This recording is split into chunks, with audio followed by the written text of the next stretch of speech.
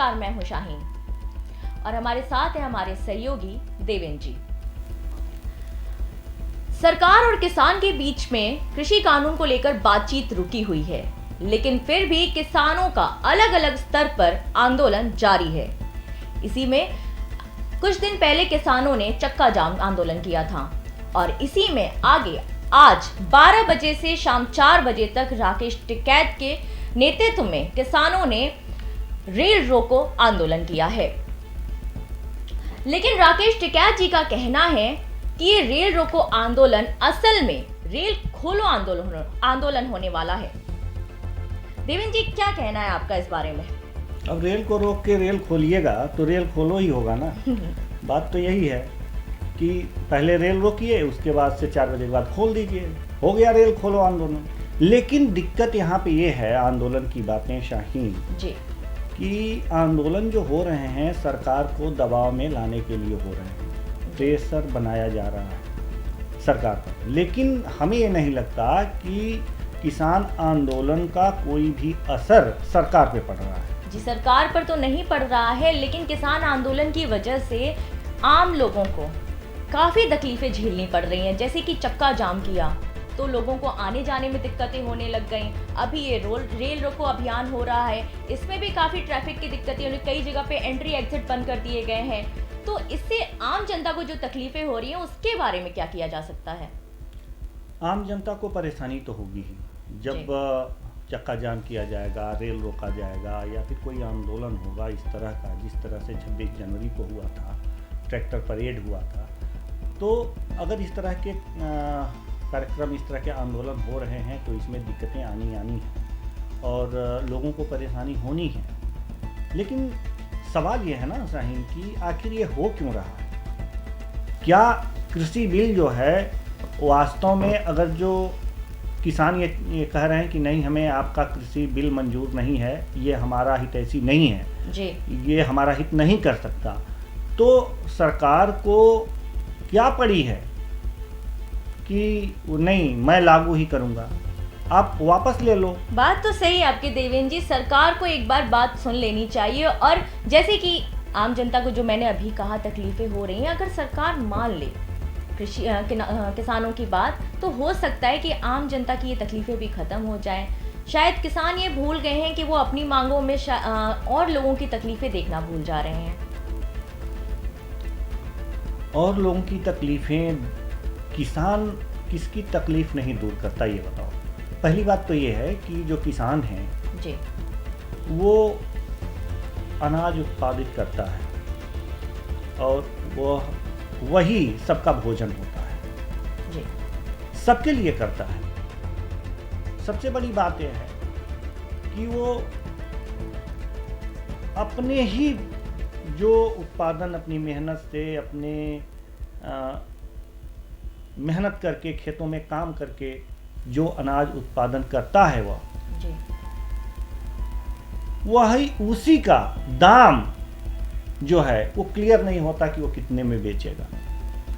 शाहीन, एक बात आप समझ लो जी, कि मैं कई बार कह चुका हूँ कि अगर जो ये मोबाइल फ़ोन है जी, या फिर एक कलम है, ये जी, जो कलम है जी, अगर कोई फैक्ट्री से बनाती है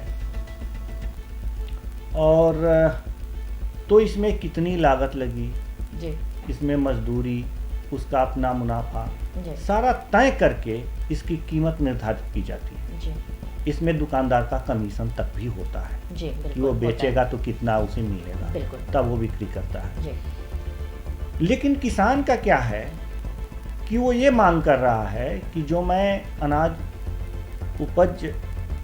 अनाज उत्पादित करता हूँ खेत में, जी,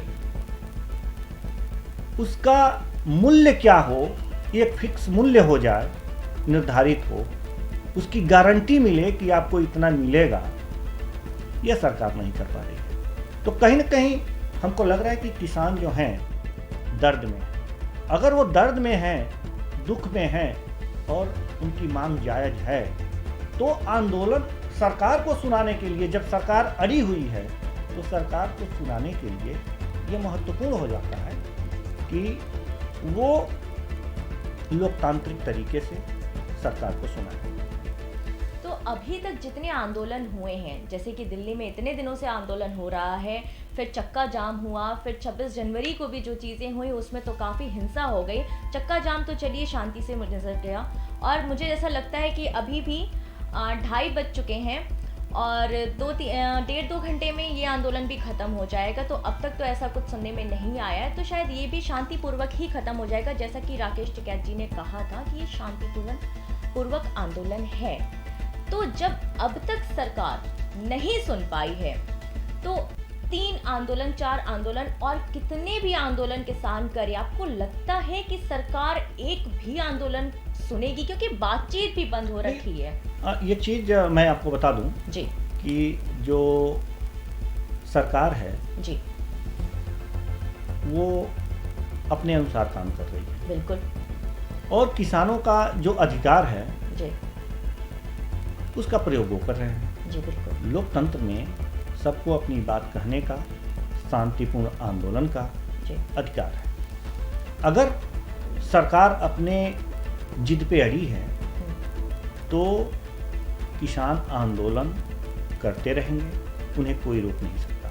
हाँ, यह जो आंदोलन हो रहा है यह शांतिपूर्ण होता रहे, जी यह लोकतंत्र का अधिकार है। लोकतंत्र में यह किसानों को अधिकार है, हमारा संविधान ऐसा अधिकार देता है। लेकिन जब यहाँ यही आंदोलन उग्र हो जाएगा तो इसको कहते हैं आंदोलन का भटकना, जो 26 जनवरी को कहीं न कहीं हो गया था। जी, बिल्कुल। अब वो गलती किसान नहीं दोहराएंगे, इससे सरकार को मौका मिल जाएगा। एक तरह से अगर जो आपसे बताएं कि अगर राकेश टिकैत के आंसू उस समय वो भावुक नहीं हुए होते जी, तो शायद यह आंदोलन 26 जनवरी के बाद से खत्म सा हो गया था, लोग अपने घर की ओर लौट चुके थे। जी, बिल्कुल। लेकिन जब वो भावुक हुए तो पुनः सभी किसान एकजुट हो गए, और आज देखिए शांतिपूर्ण आंदोलन चल रहा है। आज उनका रेल रोको आंदोलन था, ठीक है, रेल रोको आंदोलन है उनका। उन्होंने कहा है कि 12 से 4 बजे तक हम रेल रोकेंगे। तो एक उन्होंने सरकार को संदेश दिया है कि ये कृषि बिल जो है ये हमें मान्य नहीं है, आप सरकार इसे वापस ले, इसे रद्द करें। लेकिन बात तो तब बनती है ना देवेंद्र जी, जब 2 लोग लड़ाई कर रहे हैं और दोनों में से कोई एक झुकने को या मुड़ने को तैयार हो, लेकिन एक तरफ सरकार कुछ सुनने को तैयार नहीं है और किसान अपने आंदोलन पर टिकी हुई है कि हम एक के बाद एक आंदोलन करेंगे, सरकार तक अपनी बात पहुंचाते जाएंगे। ऐसा तो है नहीं कि सरकार तक बात पहुंच नहीं रही है, पहुंच तो रही है, लेकिन सरकार सुन नहीं रही है। लेकिन फिर मेरा सवाल वही है कि अगर दोनों में से कोई एक ना मुड़ना चाह रहा है ना रुकना चाह रहा है, क्योंकि किसानों की मांग कहीं भी गलत नहीं है, तो बनता है कि सरकार सुने। तो जब दोनों में से कोई भी एक मुड़ेगा नहीं, रुकेगा नहीं, तो फिर ये सब कब तक चलेगा और कैसे खत्म होगा? कब तक चलेगा, कैसे खत्म होगा, ये कहा नहीं जा सकता, लेकिन सरकार को झुकना ही पड़ेगा। हमको ये लग रहा है सरकार को सुनना ही पड़ेगा, क्योंकि अब यह जो आंदोलन है कुछ किसानों तक सीमित नहीं रह गया है, ये गांवों तक पहुंच गया है। हर जिले पे, उत्तर प्रदेश में भी आप देख रही हैं, यहाँ भी बीजेपी की सरकार है, लेकिन यहाँ पर भी जो है जिले पे किसान महापंचायत हो रही है, किसान बिल के विरोध हो रहा है, किसान जुट करके विरोध कर रहे हैं। और मथुरा में आपने देखा कि जयंत चौधरी जो हैं, जो राष्ट्रीय लोक दल के उपाध्यक्ष हैं, उनसे हमारे संवाददाता की बात हुई थी, लाइव इस कार्यक्रम में चला था। एक कार्यक्रम में उन्होंने कहा था कि देखिए, कुल मिलाकर के अगर जो सरकार इनको बुला करके बात करे तो इनकी जो दिक्कतें हैं, एक एमएसपी पे हैं, और दूसरी ये है कि जो कालाबाजारी होगा उससे डर रहे हैं वो कि कॉन्ट्रैक्ट फार्मिंग अगर जो आ जाएगी तो कंपनियों के हाथ गिरवी हो जाएंगे। और मध्य प्रदेश में आपने देखा ही कि पैसा लेकर के और अनाज लेकर के कंपनी फरार हो गई और किसान अपने पैसे के लिए सड़कों पर उतर है। तो इस प्रकार की कोई और बातें न होने पाएँ, इसका उचित जो समाधान अगर इस बिल में हो जाए तो बेहतर हो सकता है कि किसान मान जाए। कुछ ये सारी जो बिल है इसको वापस लेने की भी मांग हो रही है, तो ऐसा नहीं है कि ये खत्म कर दिया जाए। किसान ये कह रहे हैं कि आप किसानों को साथ लेकर विशेषज्ञों को साथ लेकर, अपने कृषि मंत्रालय को साथ लेकर एक तो बढ़िया सा बिल बनाइए जिसमें किसान भी सम्मिलित रहें, और जब सामने होगी सारी बातें तो कोई शंकाएं नहीं रह जाएंगी और आप उस प्रकार के बिल लेकर आइए। तो कोई बहुत गलत बात तो किसानों की जो मांग है वो बहुत गलत तो नहीं है, हमें तो लग रहा है कि वो सही कह रहे हैं, सरकार को मान लेना चाहिए। लेकिन सरकार जो है, देखिए वही विपक्ष वाली बात आ जाती है, विपक्ष यहाँ पर मरा पड़ा है, एक तरह से मृत प्राय है, तो सरकार को निरंकुश होने का मौका मिल गया है। जी किसान ये कहना चाह रहे हैं कि सरकार रेल की पटरी से उतर गई है, इसलिए हमने रेल रोक दिया है। तो क्या सरकार को नहीं लगता है कि रेल की पटरी से उतर जाना, किसानों का ये कहना काफी बड़ा इल्जाम हो जा रहा है और सरकार को इस पे कुछ कहना चाहिए? ये जो बातें हैं ना जी, ये शब्दों का जाल है जी। कुल मिलाकर के वास्तव में सरकार निरंकुश हो गई। तो पटरी से उतर गई है कहना भी तो नहीं, पटरी से उतरने का मतलब यही है कि वो ट्रैक पे नहीं चल रही है। आखिर सरकार किसके लिए होती है? चाहिए वो नहीं कर रही है। आखिर सरकार किसके लिए है?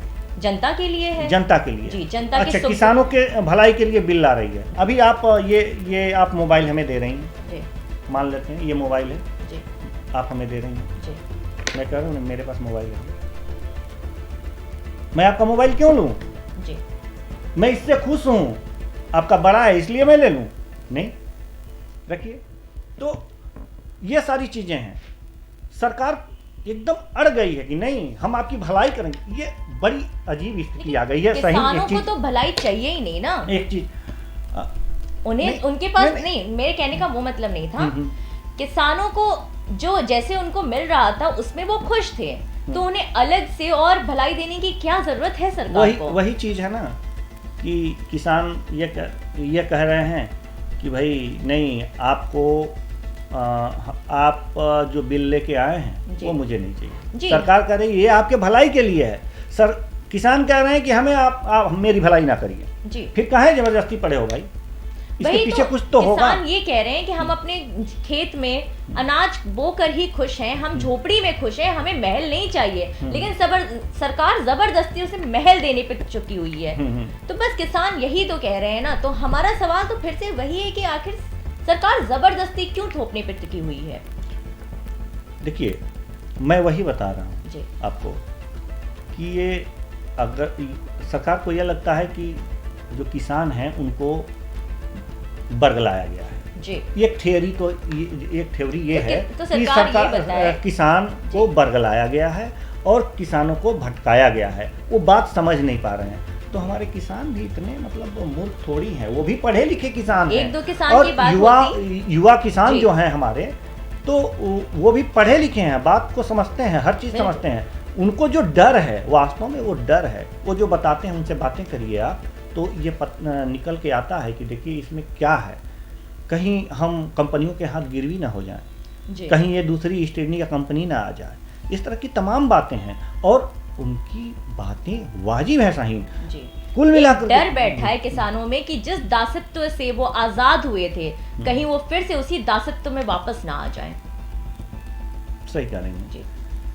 तो ये डर तो है ही, और जब तक यह डर बना रहेगा और जब तक जिन प्रावधानों से उन्हें डर है हटाया नहीं जाएगा, तब तक इस तरह के आंदोलन किसान जारी रखे हुए हैं और जारी रखेंगे। तो आज के लिए इस कार्यक्रम में बस इतना ही। हमें दीजिए इजाजत। नमस्कार।